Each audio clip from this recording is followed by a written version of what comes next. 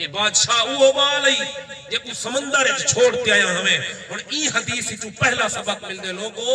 آج دنیا کٹھی کریں دو آج مال کٹھا کریں دو آج بھیڑی دا حق ہم دے بندہ آج دھیاں کو مویا لکھوائی کھڑے آج بھیرا دا حق کھا دی کھڑے آج بننے دے پچھوں لڑائی جھگڑے ہکوے کو قتل کھڑے کریں دینا آج پانی دے پچھوں بھیرا دا لڑدا کھڑے آج ایک ٹکا بدھن واسطے لوگ لڑدے کھڑے آج چاچے نال تعلق توڑی کھڑے آج بھیرا نال تعلق توڑی کھڑے آج رشتہ دار نال تعلق ختم کیوں دنیا دے پچھوں پیسے دے پچھوں جائیداد دے پچھوں ہے میں کنے پیسے ہوئے نا ہے میں کنے زمین ہوئے ہاں اے پتہ مال اتھائی رہ بنیے ہر شے اتھائی رہ ویسی پتہ دیکھن نصیب تیندے نہیں تیندہ اے جنے پچھوں تے تعلق تروڑین اے جنے پچھوں تے جائیداد کٹھی کیتیے اے جنے واسطے تے رشتہ داراں لڑائی کیتیے اما ابے نال لڑائی جھگڑے کیتے نہیں اور دھیاں کو مویا لکھوئی اور بھیڑی کو مویا لکھوئی بھیڑی دا حق کھا دی اے ہر شے اتھائی رہ بننی ہے پتہ دیکھن نصیب تیندے نہیں تیندا